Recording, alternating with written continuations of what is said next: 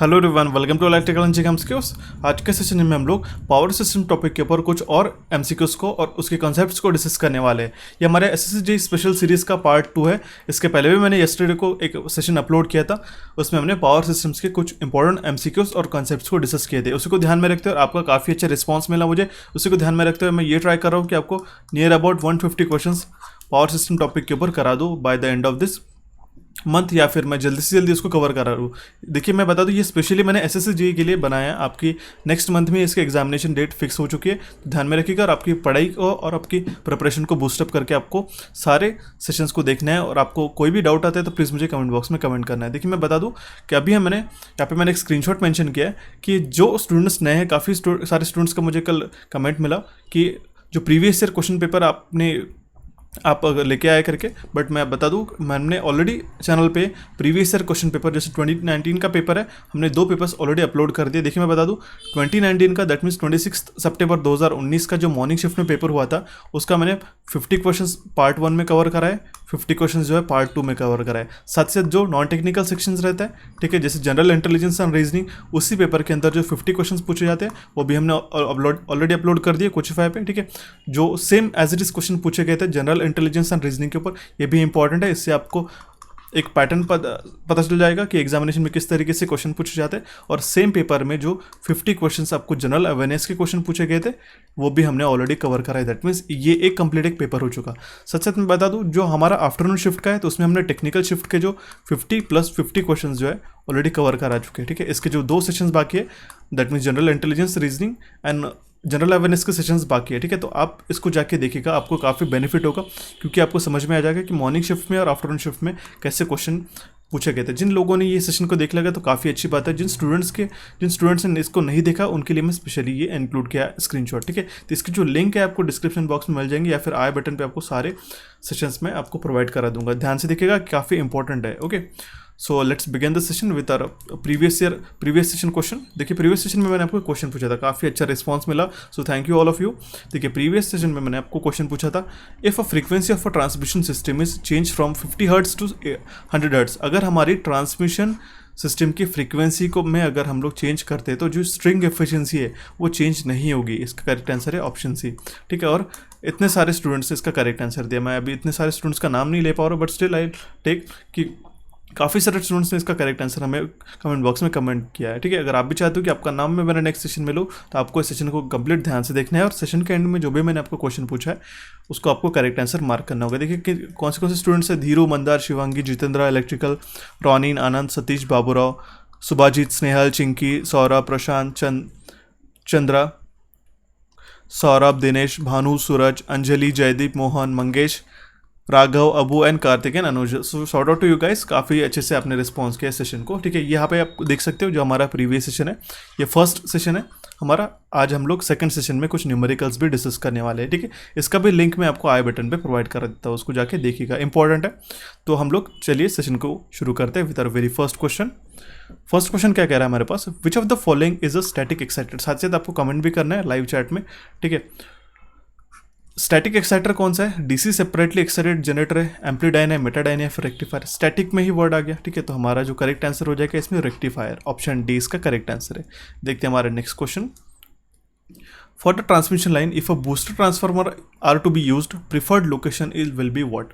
हमारे transmission line में, ठीक है, हम लोग अगर बूस्टर ट्रांसफार्मर यूज़ करना चाहते हैं तो हम लोग कहाँ यूज़ करेंगे, ठीक है। उसकी लोकेशन क्या होनी चाहिए, ओके। तो हम लोग बूस्टर ट्रांसफार्मर इंटरमीडिएट पॉइंट पे हम लोग लगाएंगे, ठीक है। तो इसका करेक्ट आंसर क्या हो जाएगा, option C correct.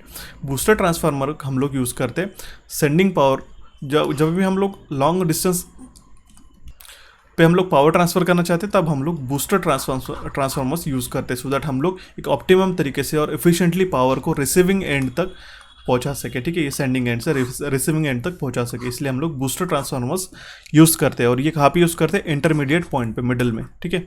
Sending end पे भी नहीं, रिसीविंग एंड पे भी नहीं है, ठीक है। तो इसका करेक्ट आंसर है ऑप्शन सी, ठीक है। देखिए, पेपर 1 के लिए आपको यही लेवल के क्वेश्चंस आपको एग्जामिनेशन में देखने को मिल सकते हैं। स्टिल मैंने कुछ न्यूमेरिकल्स और बाकी भी हम लोग एमसीक्यूज़ को जल्दी से जल्दी वो कवर कराएंगे, सो दैट आपके मैक्सिमम कवरेज हो जाएगा एमसीक्यूज़ पे पर्टिकुलर टॉपिक के ऊपर, सो दैट आप अच्छे से स्कोर कर सको, ओके।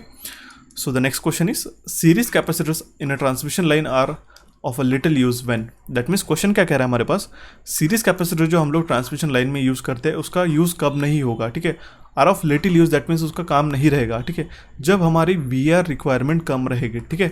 जब हमारी वी आर रिक्वायरमेंट कम रहेगी तब हमारे पास सीरीज कैपेसिटर की कोई ज़रूरत नहीं रहेगी, ठीक है, क्योंकि हमारी वी आर डिमांड ही कम है तो उसका लगाने का मतलब ही नहीं, या फिर अगर हम लोग लगाते भी है तो उसका काफ़ी कम यूज़ होगा। ओके, तो इसका करेक्ट आंसर है ऑप्शन ए। देखिए काफ़ी सारे स्टूडेंट्स को पावर ट्रायंगल में एक कन्फ्यूजन आता है, ठीक है, V A R, active power, reactive power, apparent power. देखिए ये मैंने काफ़ी दिनों पहले आई मीन इसको काफ़ी मंथ्स हो चुके हैं, ठीक है, ये मैंने सेशन ऑलरेडी अपलोड कर दिया था चैनल पे, इसका लिंक मैं आपको आई बटन पे प्रोवाइड करा। तो मेंस लेवल के, एमपीएससी मेंस लेवल की और आरआरबी जीई मेंस के लेवल्स के लिए मैंने ये सेशन बनाया था। इसमें आपको पावर ट्रायंगल क्या होता है, ठीक है, उससे रिलेटेड सारे एमसीक्यूज इस सेशन में मिल जाएंगे। काफ़ी इंपॉर्टेंट है, काफ़ी प्रीवियस सेशन है हमारा ये, बट उसको जाके देखना होगा। आपके सारे कॉन्सेप्ट जो है पावर ट्रायंगल से रिलेटेड वो क्लियर हो जाएंगे, जिसमें आपको V A R, V A, active, reactive power और उससे रिलेटेड जो मेंस लेवल के एग्जामिनेशन में क्वेश्चन पूछे जाते हैं वो भी आपके कवर हो जाएंगे, ठीक है। तो बढ़ते हैं हमारे नेक्स्ट क्वेश्चन की ओर, जो कि हमारा question number 4। Stability of system is not affect by. हमारी सिस्टम की स्टेबिलिटी किससे अफेक्ट नहीं होती? रिएक्टेंस ऑफ लाइन से होती है क्या? हाँ होती है। लॉसेस से होती है क्या? नहीं। रिएक्टेंस ऑफ द जनरेटर, इससे भी होती है। और आउटपुट टॉर्क, ये 3 फैक्टर जो है रिस्पॉन्सिबल है हमारी सिस्टम स्टेबिलिटी के लिए, ठीक है। बट लॉसेस जो है ये रिस्पॉन्सिबल नहीं है स्टेबिलिटी के लिए। ओके, ये बात ध्यान में रखिएगा। बाकी तीनों भी फैक्टर्स इसमें से रिलेटेड है to the affecting of stability of a system. Okay, देखते हैं हमारा नेक्स्ट क्वेश्चन, जो कि question number 5। Power factor correction substation consist of. Power factor correction substations में हम लोग रेक्टिफायर्स यूज़ करते हैं, इन्वर्टर यूज़ करते हैं, सिंक्रोनस कंडेंसर्स यूज़ करते हैं, या फिर ट्रांसफार्मर्स यूज़ करते हैं, ठीक है। तो ध्यान में रखिएगा हम लोग सिंक्रोनस कंडेंसर्स यूज़ करते हैं। What is synchronous condenser? It is a synchronous machine running at a no load, ठीक है। सिंक्रोनस मशीन जब हम लोग नो लोड पे रन करते हैं तो हम लोग उसका एक्साइटेशन चेंज करके उसको यूनिटी पावर फैक्टर में, या फिर लैगिंग पावर फैक्टर में, या फिर लीडिंग पावर फैक्टर में हम लोग ऑपरेट कर सकते हैं, डिपेंडिंग अपॉन और रिक्वायरमेंट ऑफ और VAR। ओके, ध्यान में रखिएगा, ऑप्शन सी इसका करेक्ट आंसर हो जाएगा। ओके, देखते हैं हमारा next question, question number 6। Low frequency supply is obtained by what. Low frequency supply हम लोग मोटर जनरेटर सेट या फिर हम लोग फ्रीक्वेंसी चेंजर का यूज़ करके भी यूज़ कर सकते हैं। तो उसका करेक्ट आंसर क्या हो जाएगा? Either by motor generator set और by frequency changer. Option C इसका करेक्ट आंसर है। We'll see the next question, which is question number 7. The rated voltage of a 3-phase power system is given as। जो हमारा three phase power system का rated voltage है वो हमारा RMS phase voltage रहता है, peak phase voltage रहता है, या फिर RMS लाइन टू लाइन, या फिर peak line to line voltage रहता है। ध्यान में रखिएगा हमारा रेटेड वोल्टेज जो गिवन रहता है 3 फेज सिस्टम में, it is a RMS line to line voltage. Important है, ठीक है। जब भी आप कंसिडरेशन करते हो, कैलकुलेशंस करते हो, तो ध्यान में रखिएगा जो हमारा रेटेड वोल्टेज गिवन रहता है वो रहता है RMS वैल्यूज़ पे गिवन है, ठीक है। ऑप्शन सी इसका करेक्ट आंसर था। We'll see the next numerical. It is a small numerical which can be asked in the SSC examination. ध्यान में रखिएगा क्वेश्चन क्या है हमारे पास। The voltage phasor of a circuit is 10 at an angle of 15 degree volt and the current phasor is 2 at an angle of -45 amperes. The active and reactive powers in the circuits are। हमारे पास voltage phasor given है और current phasors का value given है। हमारे पास active and reactive power ये circuit में पूछा गया। तो हमारे पास एक्टिव पावर का फॉर्मूला क्या है, सॉल्व कर लेते हैं हम लोग, ठीक है। एक्टिव पावर क्या हो जाएगा? VRMS into IRMS into cos of phi, correct. तो इसमें हम लोग वैल्यू सब्स्टिट्यूट कर लेते हैं, ठीक है। 10 इंटू 2 इंटू कॉस ऑफ, इसमें से क्या हो जाएगा डिफरेंस, ठीक है, 15 माइनस ऑफ -45। ओके, इसको आप सॉल्व कर लेते तो you will get 10 watt. Okay,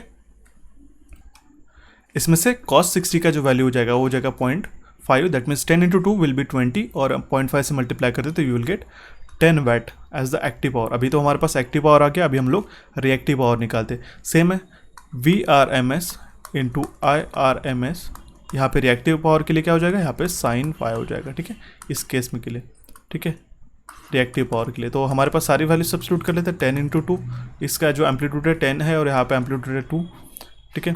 और हमारे पास साइन क्या है, साइन ऑफ 60। हमारे पास इसका करेक्ट आंसर क्या आ जाएगा, 17.32 VAR। ध्यान में रखिए, इसका यूनिट भी आपको ध्यान में रखना होगा। रिएक्टिव पावर हम लोग VAR में मेजर करते हैं। ओके, और साइन 60 का वैल्यू क्या है 0.866। That means if you multiply 20 into 0.866 you will gate 17.32 VAR। तो दोनों भी वैल्यूज हमारे पास आ चुकी है, ऑप्शन ए इसका करेक्ट आंसर हो जाएगा। ओके, देखिए अब इसमें जो ऑप्शन यहाँ पे गिवन है, अगर आपके पास यहाँ पे 10 वैट दो जगह रहता था, ठीक है, तो आप इसमें से सेकंड वैल्यू कैलकुलेट करते थे। अगर आपने 10 वैट भी करेक्ट वैल्यू निकाली और and you are confident on your answers, तो आप इसको करेक्टली मार्क कर सकते हो, ठीक है। बट इट डिपेंड्स, आप ऑप्शन एलिमिनेट करके भी आप इजीली पेपर को सॉल्व कर सकते हो। ये भी चीज़ आपको ध्यान में रखनी होगी, ठीक है। It is one of the smart way of answering the question. Okay, will see the next question, जो कि question number 9। If the shunt capacitance is reduced then the string efficiency of an insulator is what. अगर हमारा shunt capacitor reduce हो जाता है तो हमारी जो स्ट्रिंग एफिशिएंसी है वो इंक्रीज हो जाती है। ये इंपॉर्टेंट क्वेश्चन है, ध्यान में रखिएगा। स्ट्रिंग एफिशिएंसी के ऊपर काफ़ी बार क्वेश्चन पूछे जाते हैं। ओके, क्योंकि होता क्या है, जब हमारे पास स्ट्रिंग एक शंट कैपेसिटेंस इफेक्ट रहता है, ठीक है, तो हमारे जो इंसुलेटर्स रहते हैं, ठीक है, शंट कैपेसिटेंस इफेक्ट के कारण ही जो क्या होता क्या हमारा कि अनइक्वल वोल्टेज डिस्ट्रीब्यूशन रहता है। दैट मीन्स जो वोल्टेज जो रहता है ईच डिस्क पे, ये मान लो एक फर्स्ट डिस्क है, सेकंड डिस्क है, तो इस पे जो वोल्टेज डिवाइड होता है वो नॉन यूनिफॉर्म रहता है, ठीक है। अगर हमारा शंट कैपेसिटेंस का इफेक्ट जो है, ठीक है, शंट कैपेसिटेंस का जो इफेक्ट है वो हमारा रेड्यूस हो जाता है, तो जो वोल्टेज रहेगा ईच डिस्क पे वो यूनिफॉर्मली डिस्ट्रीब्यूट होगा, तो हमारी स्ट्रिंग एफिशिएंसी क्या हो जाएगी, इंक्रीज। क्योंकि स्ट्रिंग एफिशिएंसी का फॉर्मूला मैंने आपको कल ही बताया था, जो कि voltage across the whole string upon n into voltage across the unit adjacent to the conductor. इसके अक्रॉस का जो वोल्टेज, ठीक है, अपॉन के ध्यान में रखिएगा। ये छोटा सा एक कंसेप्ट मैंने आपको बता दिया। अगर हमारा शंट कैपेसिटेंस रिड्यूस हो जाती है तो हमारी स्ट्रिंग एफिशिएंसी जो है वो इंक्रीज हो जाती है। देखते हैं हमारा नेक्स्ट क्वेश्चन, जो कि क्वेश्चन नंबर 10। एक छोटा सा न्यूमेरिकल है। इस तरीके से न्यूमेरिकल आपको एग्जामिनेशन में पूछे जा सकते हैं। What is the reserve capacity if the maximum demand of a generation of a power is 50 megawatt, the load power factor is on off the plant is 0.6 and plant capacity is 0.5, that means 50%। Okay, मैंने fractions में value उसके क्या बोल दिया। तो उस case में हमारे पास सबसे पहले तो लोड फैक्टर का फॉर्मूला पता होना चाहिए। What is load factor? It is average demand to maximum demand, correct. तो हमारे पास क्या एवरेज डिमांड क्या आ जाएगा? ओके, तो हमारे पास एवरेज डिमांड आ जाएगी, क्योंकि हमारे पास मैक्सिमम डिमांड है और लोड फैक्टर गिवन है, ठीक है। लोड फैक्टर 60 है और हमारे पास मैक्सिमम डिमांड भी गिवन है, जो कि हमारे पास 50 मेगावाट। तो हमारे पास एवरेज डिमांड क्या आ जाएगा? वो आ जाएगा हमारा 50 इंटू 0.6, ठीक है। तो we will get 30 megawatt, correct. Megawatt है ये, मिली नहीं, ठीक है। 30 मेगावाट आ गया हमारे पास। और अब हमारे पास क्या है, प्लांट कैपेसिटी फैक्टर का एक फॉर्मूला पता होना चाहिए, तो सो दैट हम लोग रिजर्व कैपेसिटी निकाल पाएंगे। क्योंकि हमारे पास रिजर्व कैपेसिटी का भी एक फॉर्मूला होता है, जिससे हम लोग रिजर्व, हमारे पास मतलब क्या होता है, जो हमारी प्लांट कैपेसिटी में से मैक्सिमम डिमांड अगर हम लोग माइनस करते हैं, क्योंकि ये बात ध्यान में रखिएगा, हमारी प्लांट कैपेसिटी हमेशा ज़्यादा रहती है as compare to the maximum demand. Okay, तो उस केस में हम लोग प्लांट कैपेसिटी फैक्टर निकाल लेते हैं।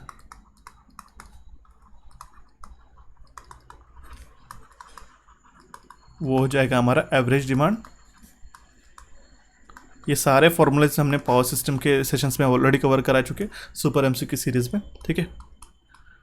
Load factor, plant utility factor, जो सारे जनरेशन से रिलेटेड फैक्टर्स रहते हैं वो एक बार पढ़ के जाना, एग्जामिनेशन में काफ़ी बार पूछे जाते हैं। Plant capacity, correct.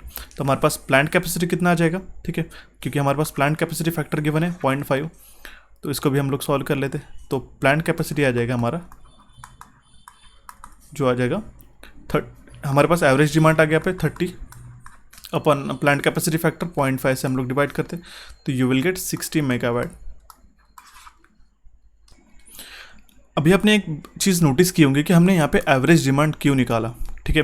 Average demand हमने सिर्फ प्लांट कैपेसिटी का निकालने के लिए फाइंड आउट किया, क्योंकि हमारे पास एक मैक्सिमम डिमांड तो ऑलरेडी गिवन है, ठीक है, बट हमारे पास प्लांट कैपेसिटी गिवन नहीं थी, इसलिए हमने इसको ये निकाला। अभी हमारे पास दोनों भी वैल्यूज आ गए। प्लांट कैपेसिटी आई 60 मेगावाट, ध्यान में रखिएगा, मैं रेस कर रहा हूँ, ठीक है। तो रिजर्व जो आ जाएगी हमारी,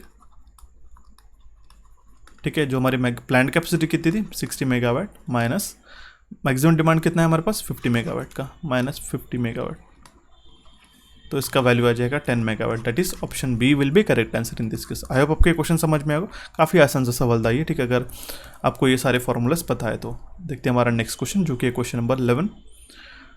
the sending end receiving end voltages of a 3-phase transmission line are 10 kilowatt per phase and 9.5 kilovolt per phase respectively. If the resistance drop is 150 volt per phase and receiving end power factor is 0.8, the sending end power factor is what? ये question काफ़ी important है, ठीक है।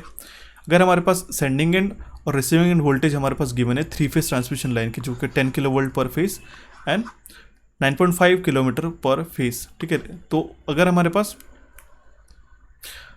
Resistance drop given है, ठीक है, जो कि 150 वोल्ट पर फेज, तो उस केस में हमारे पास सेंडिंग एंड पावर फैक्टर कितना है ये हमें पूछा गया है। तो सेंडिंग एंड पावर फैक्टर का फॉर्मूला क्या हो जाएगा?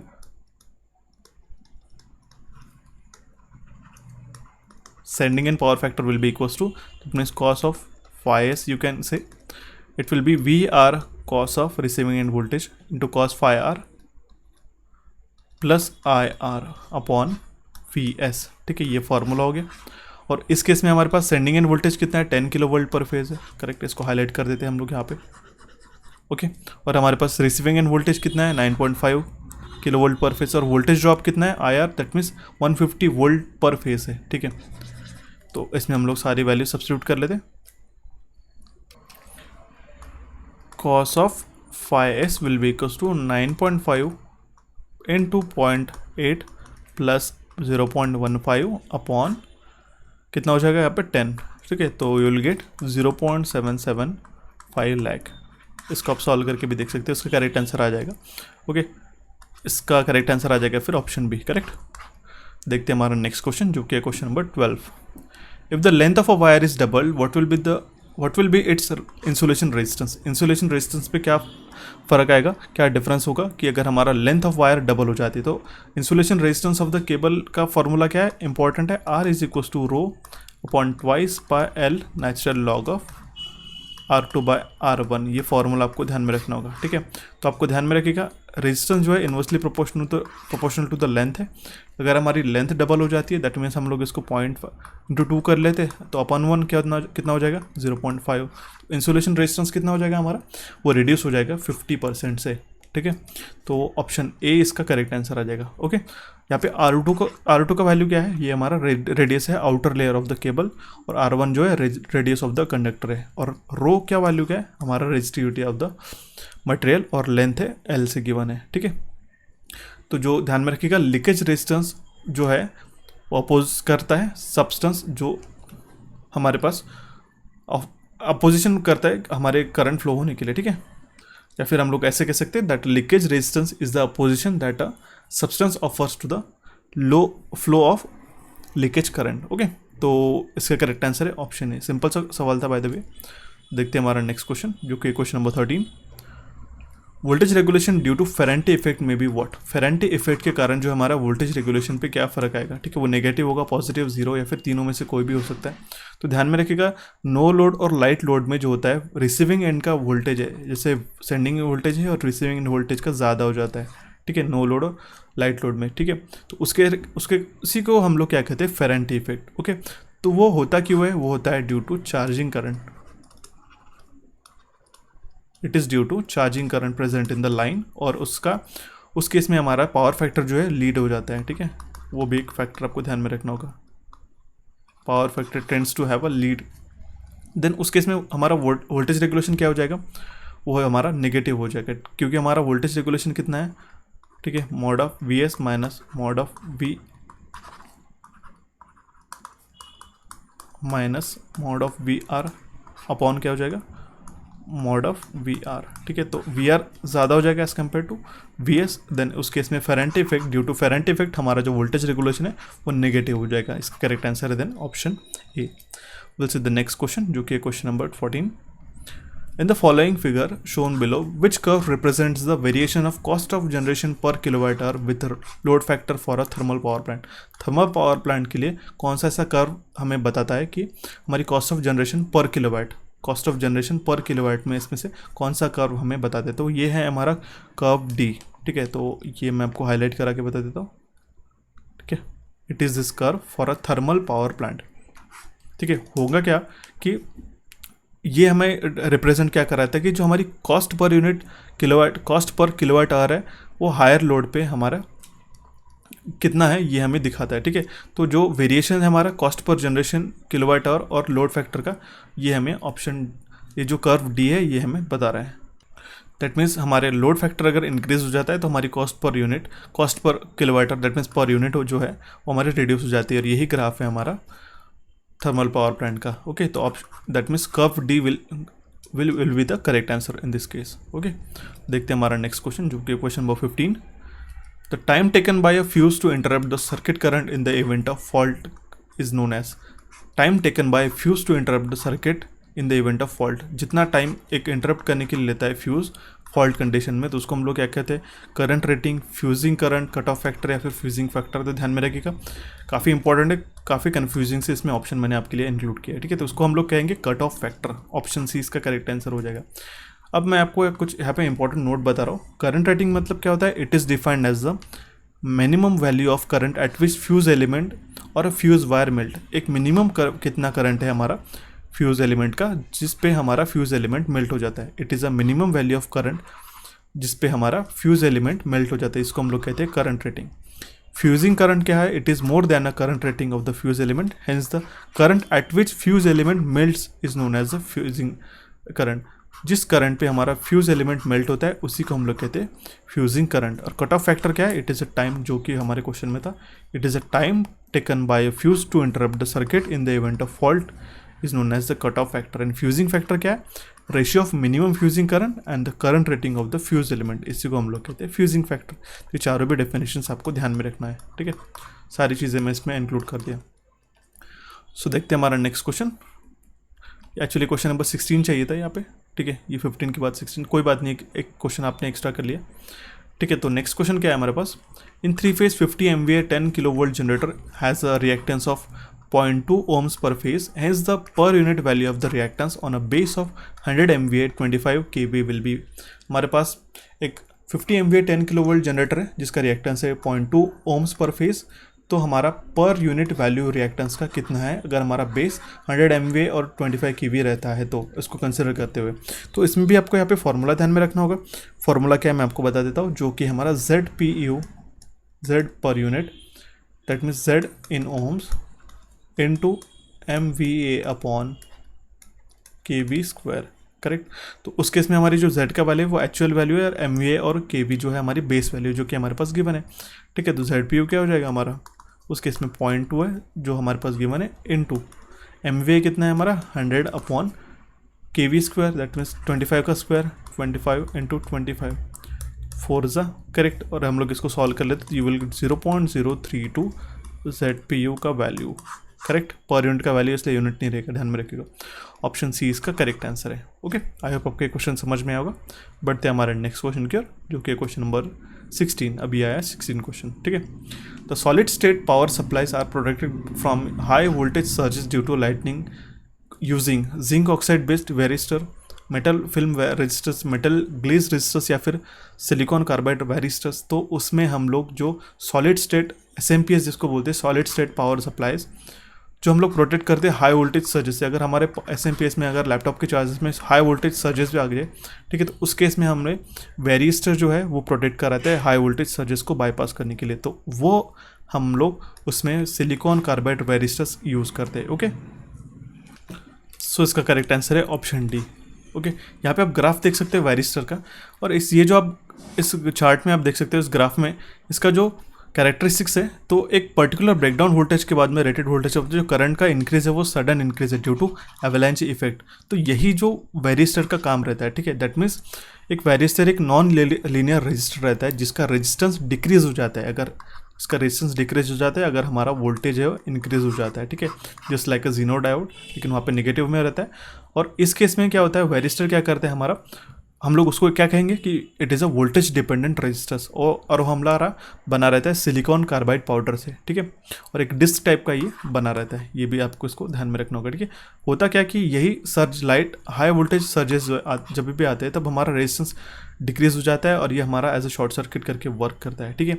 तो ये हमारे SMPS solid state power supplies में भी ये यूज़ होता है, ठीक है। आप इसको ग्राफ से काफ़ी अच्छे से समझ में आता है। ये हमारा फिक्स रेजिस्टेंस लाइन यहाँ पे शो कर रहा है, बट इन दिस केस अगर हमारा ब्रेकडाउन वोल्टेज के ऊपर जाता है, ठीक है, इस यहाँ पे इस रेंज में तो आप यहाँ पे हमारे पास कोई भी फॉरवर्ड करंट है नहीं, उसमें से करंट फ्लो हो नहीं रहा, but at the when this voltage crosses the breakdown voltage, in this case ये सडन एवेलेंच इफेक्ट के कारण ये इसमें से करंट फ्लो होना शुरू हो जाता है वेरियस तरह से, और यही हमें प्रोटेक्ट कराता है हाई वोल्टेज सर्जेस को, ठीक है, लाइटनिंग सर्जेस भी, ठीक है। तो इसका करेक्ट आंसर है ऑप्शन डी। देखते हैं हमारा नेक्स्ट क्वेश्चन जो कि question number 17। For an AC circuit if V of T is equal to 160 sine of omega T minus 10 and I of T is equal to 5 sine of omega T minus 20, then the reactive power absorb by the circuit is what. Simple सा question है, reactive power कितना absorb होगा जब हमारे पास voltage का value given है और current का वैल्यू गिवन है। तो Q क्या हो जाएगा, Q will be equal to VRMS into IRMS into sine of theta, ठीक है। तो VRMS का वैल्यू कितना है 160, मैक्सिमम वैल्यू है इसलिए हम लोग √2 से डिवाइड करते हैं। IRMS का कितना है 5/√2 into sine of 30, correct. Sine 30 का वैल्यू कितना है आपको पता होना चाहिए, साइन 30 का वैल्यू आता है 0.5, करेक्ट। तो ये √2 इंटू √2 क्या हो जाएगा 2 हो जाएगा, ठीक है।